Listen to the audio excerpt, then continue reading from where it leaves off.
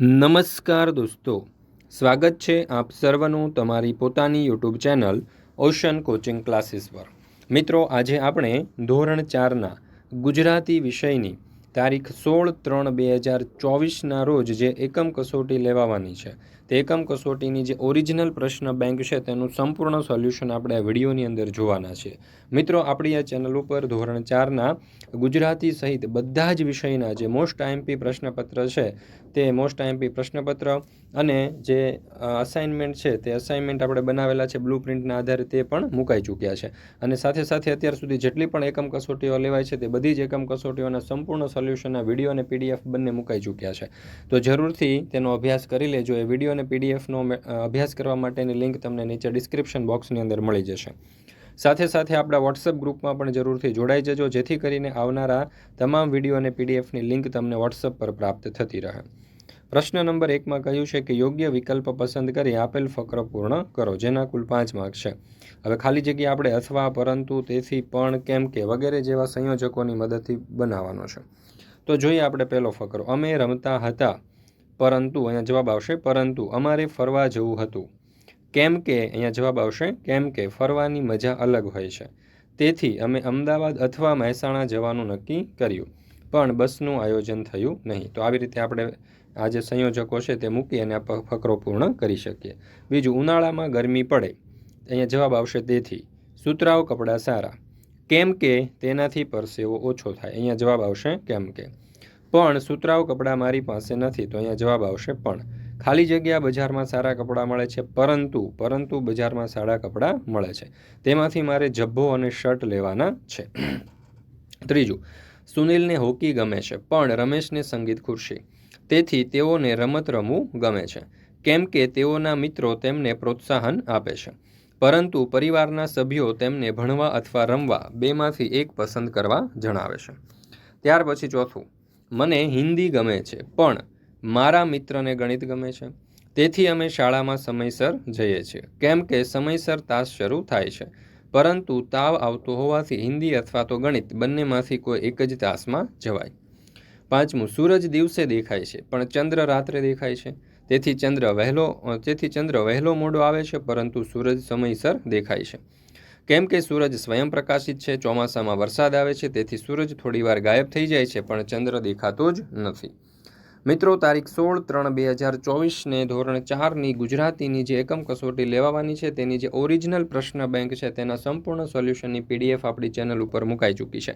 જો આ પીડીએફ તમારે વોટ્સઅપ પર જોઈતી હોય તો અહીંયા નંબર આપેલો છે 7046222254, આ નંબર ઉપર કોન્ટેક્ટ કરી સંપર્ક કરી અને આ સમગ્ર સોલ્યુશનની પીડીએફ તમે મેળવી શકો છો। સાથે સાથે આપણા વોટ્સઅપ ગ્રુપમાં પણ જરૂરથી જોડાઈ જજો, જેથી કરીને આવનારા તમામ વિડીયો અને પીડીએફની લિંક તમને વોટ્સઅપ પર પ્રાપ્ત થતી રહે। મિત્રો, ધોરણ 3થી 8ની દ્વિતીય સત્રાંત પરીક્ષા 2024 માટે આપણે ખાસ ઉપયોગી એવા મોસ્ટ આઈએમપી પ્રશ્નપત્રો અને બ્લુ પ્રિન્ટ મુજબના પ્રશ્નપત્રો પણ તૈયાર કરેલા છે, અસાઇનમેન્ટ પણ તૈયાર કરેલા છે, અને અસાઇનમેન્ટ અને પ્રશ્નપત્રની અંદર આપણે પરીક્ષાની અંદર પૂછાઈ શકે તેવા મોસ્ટ આઈએમપી પ્રશ્નો લીધેલા છે। દ્વિતીય સત્રાંત પરીક્ષા માટે ખૂબ ઉપયોગી સાબિત થશે અને સારામાં સારા ગુણ પ્રાપ્ત થઈ શકશે। તો દરેક વિદ્યાર્થીઓ અને શિક્ષક મિત્રોએ અવશ્ય આ પીડીએફ જે છે તે મેળવી લેવી। રેડી ટુ પ્રિન્ટ ફોર્મમાં મળશે, સીધી તમે ઝેરોક્સ કરાવી અને તેનો ઉપયોગ કરી શકશો। તો દરેક વિદ્યાર્થીઓ અવશ્ય મેળવી લેવી। વોટ્સઅપ પર જો તમારે પીડીએફ જોઈતી હોય તો 7046222254, અહીંયા તમને જે નંબર આપેલો છે નંબર ઉપર કોન્ટેક્ટ કરી સંપર્ક કરી અને સમગ્ર સોલ્યુશનની પીડીએફ તમે મેળવી શકશો। ત્યાર પછી પ્રશ્ન નંબર 2, કોષ્ટકને સમજી વાંચી અને નીચેના પ્રશ્નોના જવાબ આપો, કોઈ પણ એક। ચાલો, તો અહીંયા તમે જોઈ શકો છો કે વિભાગ 1ની અંદર તમને આપેલું છે કે માલવ તળાવ વિદ્યાનગર, સ્વચ્છતા ત્યાં પ્રભુતા, સવારે 9 થી 11, સાંજે 7 થી 11, આવી રીતે આખી સમગ્ર માહિતી આપેલી છે, બરાબર। તો એના ઉપરથી કેટલાક પ્રશ્નો આપણને પૂછેલા છે। તો જોઈએ પહેલો સવાલ, રવિ સાંજે 6 વાગે આ સ્થળ ઉપર જશે તો તેને પ્રવેશ મળશે, કેમ નહીં મળે? તો જવાબ આવશે કારણ કે રવિ સમય કરતાં વહેલા ત્યાં પહોંચી ગયો છે, 7 વાગે તેમને પ્રવેશ મળી શકે। 1 કલાક પેડલ બોટ ફેરવવા માટે કેટલા રૂપિયા ચૂકવવા પડશે? તો 1 કલાક પેડલ બોટ ફેરવવા માટે 140 રૂપિયા ચૂકવવા પડશે। અઠવાડિયામાં કયા વારે તળાવમાં પ્રવેશ બંધ હોય છે? તો અઠવાડિયામાં સોમવારે તળાવ બંધ રહેશે। ચોથું, ઘરે બેઠા ટિકિટ મેળવવા માટે શું કરવું પડશે? ઘરે બેઠા ટિકિટ મેળવવા 98XXXX13XX નંબર ઉપર સંપર્ક કરવો। પાંચમું, આ કોષ્ટકમાં કયા અંગ્રેજી શબ્દોનો ઉપયોગ થયો છે? તો આ કોષ્ટકમાં એન્ટ્રી ફી અને પેડલ બોટ આ બે અંગ્રેજી શબ્દોનો ઉપયોગ થયો છે। ચાલો ત્યાર પછી આપણે જોઈએ બીજું. તો અહીંયા બીજું આપણને આપ્યું છે, એના ઉપરથી કેટલાક પ્રશ્નો. ઉપર આપેલ ટિકિટ કયા વાહનની છે? તો જવાબ આવશે બસ.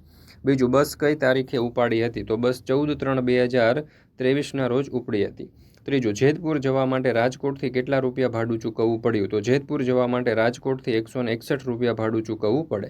કઈ બાબતનો આગ્રહ કે વિનંતી કરાય છે? તો મુસાફરી દરમિયાન બસમાં સ્વચ્છતા રાખવાનો આગ્રહ કે વિનંતી કરાય છે. ગુર્જર નગરી સિવાય ઓછું ભાડું કઈ બસમાં હોય છે? તો લોકલ બસની અંદર ઓછું ભાડું હોય છે. ત્યાર પછી છે વિભાગ 3, અહીંયા આપણને આપેલો છે, જેનો ધ્યાનપૂર્વક તમારે અભ્યાસ કરવાનો છે. જોઈએ એમના ઉપરથી પ્રશ્નો. પહેલો સવાલ, ભાગ લેવા માટેની અંતિમ તારીખ કઈ છે? તો ભાગ લેવા માટેની અંતિમ તારીખ 5/3/2024 છે. તમે કયા વિભાગમાં ભાગ લઈ શકો? તો હું ધોરણ 3થી 8ના દેશભક્તિ અને પર્યાવરણનું જતન વિભાગમાં ભાગ લઈ શકું છું. ત્રીજું, પ્રથમ નંબર આવે તો તેને કેટલું ઇનામ મળશે? પ્રથમ નંબર આવશે તો તેને 1000 રૂપિયાનું ઇનામ મળશે. સ્પર્ધાનું આયોજન કઈ શાળાએ કરેલ છે? તો સ્પર્ધાનું આયોજન જ્ઞાનશક્તિ પ્રાથમિક શાળા ખરોજા, તાલુકો જિલ્લો ગાંધીનગરે કરેલ છે. વકૃત્વ સ્પર્ધા માટે તમે વર્તમાન સમસ્યાઓ વિષયમાં ફોર્મ ભર્યું તો તે નામંજૂર કેમ થયું? વકૃત્વ સ્પર્ધા માટે અમે વર્તમાન સમસ્યાઓ વિષયમાં ફોર્મ ભર્યું તો તે નામંજૂર થયું, કારણ કે તે ધોરણ 9થી 12ના વિદ્યાર્થીઓ માટે છે. ત્યાર પછી વિભાગ 4 આપણને આપેલો છે, ધ્યાનપૂર્વક તમે વાંચી શકો છો. જોઈએ એમના ઉપરથી પ્રશ્નો. એમાં પેલું, સર્કસનું નામ શું છે? તો સર્કસનું નામ રોયલ સર્કસ છે. બીજું, 2 શો ક્યારે બતાવવામાં આવશે? તો 2 શો રવિવારે બતાવવામાં આવશે. ત્રીજું, ઘરે બેઠા ટિકિટ મેળવવી છે તો કેવી રીતે મેળવી શકો? ઘરે બેઠા ટિકિટ મેળવવી છે તો 9638666452 આ નંબર ઉપર સંપર્ક કરવો. તમે તમારા મમ્મી પપ્પા સાથે સર્કસ જોવા જશો તો કેટલા રૂપિયા ચૂકવવા પડશે? હું મારા મમ્મી પપ્પા સાથે સર્કસ જોવા જઈશ તો મારે 250 રૂપિયા ચૂકવવા પડશે. આ જાહેરાતમાં કઈ વિગત સુસંગત છે? તો જવાબ આવશે વિકલ્પ ક, ધંધુકા. ત્યાર પછી વિભાગ 5, રિધમ ઝેરોક્સ એન્ડ સ્ટેશનરી, એની વિશે આપણને અહીંયા આખી બિલ જે છે તે આપવામાં આવેલું છે. તો એ બિલ ઉપરથી કેટલાક પ્રશ્નો પૂછેલા છે, એમાં જોઈએ જવાબ. પહેલો સવાલ, ઉપરના બિલમાં કઈ વસ્તુ ખરીદવા માટે સૌથી ઓછા રૂપિયા ચૂકવવા પડશે? તો ઉપરના બિલમાં માપપટ્ટી ખરીદવા માટે સૌથી ઓછા રૂપિયા ચૂકવવા પડશે. બિલનો નંબર કયો છે? તો બિલનો નંબર છે 508 છે. 3 નંગ કાતર લેવા કેટલા રૂપિયા ચૂકવવા પડશે? તો 3 નંગ કાતર લેવા 210 રૂપિયા ચૂકવવા પડશે. નીચેનામાંથી કઈ વિગત જાહેરાત સાથે સુસંગત નથી? તો એક જ ભાવ. આ દુકાનનું સૂત્ર કયું છે? તો આ દુકાનનું સૂત્ર ગ્રાહકનો સંતોષ એ જ અમારો નફો. પ્રશ્ન નંબર 3, કોષ્ટક પરથી અર્થસભર વાક્યો બનાવો. તો અહીંયા તમને જે કોષ્ટક આપેલું છે એના ઉપરથી વાક્યો બનાવવાના છે. તો આ પ્રમાણે વાક્યો બનશે. જુઓ, પહેલું, અમારી શાળામાંથી પ્રવાસ જવાનું નક્કી કર્યું. બીજું, હું રોજ નિશાળે જાઉં છું. ત્રીજું, દાદા રોજ એક નવી વાર્તા કહે છે. ચોથું, બગીચામાં રંગબેરંગી ફૂલો છે. એક છોકરીને કબડ્ડી રમત રમતા ઈજા થઈ. ત્યાર પછી બીજા વિભાગની અંદરથી જોઈએ, પહેલું, ઉનાળામાં સખત ગરમી પડે છે. ધાબા પર ચડીને પતંગ ચગાવવાની મજા પડે છે. મને સાયકલ ચલાવતા આવડી ગઈ. ટિફિન બોક્સમાં દાળ ઢોકળા ભરેલ છે. મારા મિત્રએ નોકિયાનો નવો મોબાઈલ ખરીદ્યો. ત્યાર પછી વિભાગ 3, દૂધમાંથી દહીં, માખણ, છાશ બને છે. મમ્મીના બહેનને માસી કહેવાય. મારી નાની બહેન ધોરણ 2માં ભણે છે. ઠંડી પડે ત્યારે ગરમ સ્વેટર પહેરીએ છીએ અને નદીમાં માછલીઓ તરે છે. ત્યાર પછી ચોથું જે કોષ્ટક છે એના ઉપરથી આપણે 5 જોઈએ. મેળામાંથી રંગબેરંગી રમકડાં લીધા. જાદુગરનો ખેલ જોવા માટે ટિકિટ લેવી પડે. આઈસ્ક્રીમ અને કુલ્ફી ખાવાની મજા પડે. મદારી સાપનો ખેલ બતાવે. ઊંચા ચકડોળમાં બેસવા માટે લાઇનમાં ઊભા રહેવું પડે. ત્યાર પછી છે વિભાગ 5, બારીમાંથી સૂર્યના કિરણો ઘરમાં આવે છે. રેફ્રિજરેટરમાં શાકભાજી બગડતા નથી. રાત્રે આકાશમાં તારા ટમટમે છે. કાલે મારા જન્મદિવસની ઉજવણી કરી હતી. વાસી ખોરાક ખાવાથી બીમાર થવાય છે. ત્યાર પછી પ્રશ્ન નંબર 4, નીચે આપેલા પ્રશ્નોના જવાબ લખો, કોઈ પણ એક, જેના કુલ 5 ગુણ છે. એમાં વિભાગ 1, પહેલું, તમે ઘર અથવા તો વર્ગખંડમાં કઈ કઈ રમતો રમી શકો છો? જેના કુલ 2 માર્ક છે. તો અમે ઘર અથવા તો વર્ગખંડમાં ચકલી ઉડે, અડકો દડકો, કેરમ, પત્તાની રમત, સાપસીડી, લૂડો વગેરે રમતો રમીએ છીએ. બીજું, ફ્રીજમાં કઈ કઈ વસ્તુઓ રાખી શકાય? તો ફ્રીજમાં પાણી, દૂધ, દહીં, આઈસ્ક્રીમ, શાકભાજી, ફળ, દવા વગેરે વસ્તુઓ રાખી શકાય. ત્રીજું, રમતિયાળ એટલે શું? તો દરેક જગ્યાએ તોફાન મસ્તી કરતા હોય તેને રમતિયાળ કહે છે. ત્યાર પછી છે વિભાગ 2, એમાં પહેલું, સંગીતના કયા કયા સાધનો ફૂંક મારીને વગાડી શકાય? તો સંગીતના વાંસળી, પાવો, શરણાઈ, ભૂંગળ જેવા સાધનો ફૂંક મારીને વગાડી શકાય. બીજું, તમે ક્યારે બહુ જ ખુશ થઈ જાઓ છો? જ્યારે મારા ઘરે મને ગમતી વાનગી બનાવી હોય ત્યારે અને પપ્પા મારા માટે કોઈ રમકડું લઈ આપે ત્યારે હું બહુ જ ખુશ થઈ જાઉં છું. ત્રીજું, તમે રમતા હોય તેવી દેશી રમતોના નામ લખો. તો ગીલી દંડો, લીમડી, પીપળી, નારગોલ, લખોટીઓ વગેરે દેશી રમતો છે. ત્યાર પછી છે વિભાગ 3, એમાં પહેલું, તમે ઘરે તોફાન કરો ત્યારે તમને શી સજા કરવામાં આવે છે? 2 માર્ક્સનો સવાલ છે. તો હું ઘરે તોફાન કરું ત્યારે મને એક રૂમમાં બંધ કરી દેવામાં આવે છે. મારા રમવાના સાધનો લઈ લેવામાં આવે છે વગેરે જેવી સજા કરવામાં આવે છે. બીજું, કઈ રમત રમવા સાધન સામગ્રીની જરૂર પડતી નથી? તો સંતાકુકડી, ચોર કે પોલીસ, નદી કે પર્વત, ગોળ ગોળ ટામેટું, ઊભો બેઠું સ્ટેચ્યુ, ફ્રીજ, સતોડિયું, આઈસ સ્પાઈસ, પકડામ પકડી, સાંકળદાન, લંગડી, કલર રમતો રમવામાં સાધનની જરૂર પડતી નથી. તમને ક્યારે બીક લાગે છે? તો જ્યારે ઘરે રમત રમતા મારાથી ઘરની કોઈ વસ્તુ તૂટી ગઈ હોય ત્યારે મને બીક લાગે છે. ત્યાર પછી જોઈએ વિભાગ 4, રમત રમવાથી કયા ફાયદા થાય છે? તો રમત રમવાથી હાડકાં મજબૂત બને છે, ભણવાની એકાગ્રતા વધે છે, સારી ઊંઘ આવે છે, મન શાંત રહે વગેરે જેવા ફાયદાઓ થાય છે. તમે તમારા ખીચ્ચામાં શું ભરો છો? તો અમે અમારા ખીચ્ચામાં દાળિયા, ચણા જેવી ખાવાની વસ્તુ, લખોટી ને પત્તા જેવી રમવાની વસ્તુઓ ભરીએ છીએ. તમારો દડો પાણીમાં પડી જાય તો તમે શું કરો? અમારો દડો પાણીમાં પડી જાય તો અમે બીજો દડો લઈ આવીશું. ત્યાર પછી છે વિભાગ 5, રમતો રમતી વખતે કઈ બાબતોનું ધ્યાન રાખવું જોઈએ, જેના કુલ 2 માર્ક્સ છે. તો રમતો રમતી વખતે આપણને કોઈ ઈજા ન થાય તેનું ધ્યાન રાખવું જોઈએ. રમતગમતના સાધનો પણ તૂટી ગયા હોય તો તેનાથી રમવું નહીં. કાચા ખાઈ શકાય તેવા શાકભાજીના નામ જણાવો. તો કાચા ખાઈ શકાય તેવા શાકભાજીમાં આવશે કાકડી, કોબીજ, ટામેટા, ગાજર, મૂળો, ફુલેવર, બીટ વગેરે. દહીં કેમ વલોવામાં આવે છે? તો દહીંમાંથી છાશ મેળવવા માટે દહીં વલોવામાં આવે છે. પ્રશ્ન નંબર 5, કોઈ પણ એક વિષય ઉપર લખો, જેના કુલ 5 માર્ક્સ. એમાં પહેલું, તમે છેલ્લે વાંચેલ પુસ્તક.